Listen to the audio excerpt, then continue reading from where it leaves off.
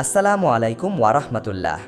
আপনাকে যদি প্রশ্ন করা হয় যে এই পৃথিবীতে পিতা ছাড়া কি কোনো সন্তানের জন্ম নেওয়া সম্ভব, আপনি উত্তরে বলবেন না, সম্ভব নয়। কিন্তু যদি আপনাকে বলি পৃথিবীর ইতিহাসে এমনই এক বিস্ময়কর ঘটনা হলো হজরত ঈসা আলাইহিস সালামের জন্ম, আর এই ঘটনার সাথে ওতপ্রোতভাবে জড়িয়ে আছে তার পুতপবিত্রা মাতা হজরত মরিয়াম আলাইহিস সালামের ত্যাগ ও মহিমাময় জীবন। হজরত মরিয়াম আলাইহিস সালাম ছিলেন এক সম্ভ্রান্ত ও ধার্মিক পরিবারে জন্ম নেওয়া অসাধারণ নারী। তার মাতা হান্না তাকে আল্লাহর রাস্তায় উৎসর্গ করার মানত করেছিলেন।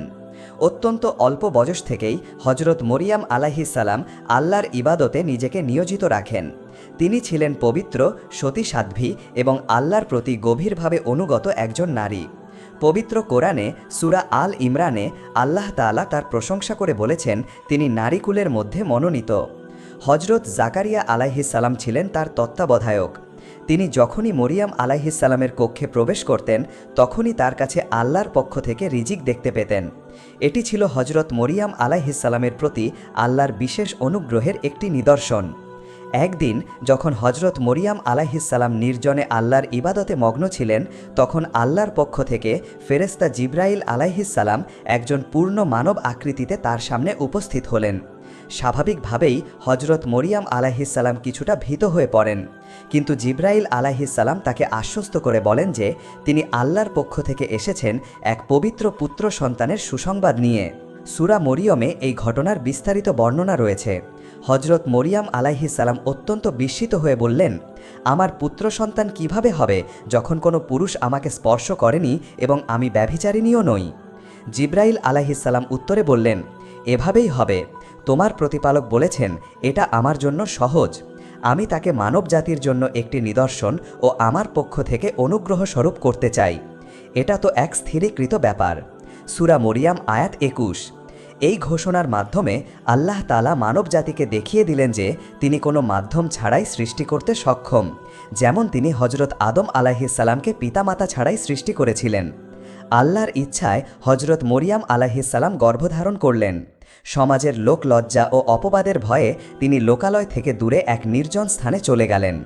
প্রসব বেদনা শুরু হলে তিনি একটি শুকনো খেজুর গাছের আশ্রয় নিলেন। চরম অসহায়ত্ব ও যন্ত্রণার মুহূর্তে তিনি আল্লাহর সাহায্য প্রার্থনা করলেন। তখন আল্লাহর পক্ষ থেকে অদৃশ্য আওয়াজ এলো, তুমি দুঃখ করো না, তোমার প্রতিপালক তোমার পায়ের নিচে একটি ঝর্ণাধারা সৃষ্টি করেছেন, আর তুমি এই খেজুর গাছের কাণ্ড নিজের দিকে নাড়া দাও, এটি তোমার ওপর পাকা তাজা খেজুর বর্ষণ করবে। সূরা মরিয়াম আয়াত ২৪-২৫। এটি ছিল আরও একটি অলৌকিক ঘটনা, যা প্রমাণ করে আল্লাহ তার অনুগত বান্দাদের কখনোই একা ছাড়েন না। হজরত মরিয়াম আলাইহিস সালাম সেই খেজুর ও পানি গ্রহণ করে শক্তি পেলেন এবং আল্লাহর কুদরতে এক পুত্র সন্তান জন্ম দিলেন, হজরত ঈসা আলাইহিস সালাম।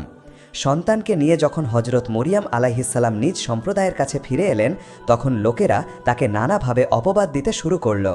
তারা তার সতীত্ব নিয়ে প্রশ্ন তুলল। এমন কঠিন পরিস্থিতিতে হজরত মরিয়াম আলাইহিস সালাম আল্লাহর নির্দেশে মৌনতা অবলম্বন করলেন এবং শিশু ঈসা আলাইহিস সালামের দিকে ইশারা করলেন। লোকেরা বিস্ময় ও উপহাসের সাথে বলল, আমরা দোলনার শিশুর সাথে কিভাবে কথা বলবে? তখনই ঘটল সেই বিস্ময়কর ঘটনা। আল্লাহর অসীম কুদরতে সদ্যজাত শিশু হজরত ঈসা আলাইহিস সালাম বলে উঠলেন, নিশ্চয়ই আমি আল্লাহর বান্দা। তিনি আমাকে কিতাব ইনজিল দিয়েছেন এবং আমাকে নবী করেছেন। যেখানেই আমি থাকি না কেন তিনি আমাকে বরকতময় করেছেন। তিনি আমাকে নির্দেশ দিয়েছেন আজীবন নামাজ ও জাকাত আদায় করতে, আর আমাকে আমার মায়ের প্রতি অনুগত করেছেন, এবং তিনি আমাকে করেননি উদ্ধত ও হতভাগ্য। আমার প্রতি শান্তি যেদিন আমি জন্মগ্রহণ করেছি, যেদিন আমি মৃত্যুবরণ করব এবং যেদিন আমি জীবিত অবস্থায় পুনরুত্থিত হব। সূরা মরিয়াম আয়াত ৩০-৩৩। সদ্যজাত শিশুর মুখে এমন স্পষ্ট ও জ্ঞানগর্ভ কথা শুনে উপস্থিত সকলে হতবাক হয়ে গেল।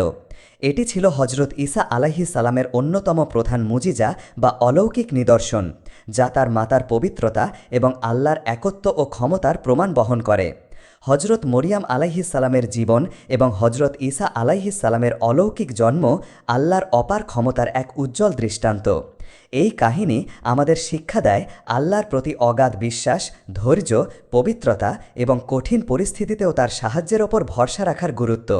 হজরত মরিয়াম আলাইহিসসালাম শুধুমাত্র নারীকুলের জন্যই নন, বরং সমগ্র মানবজাতির জন্য এক অনুকরণীয় আদর্শ।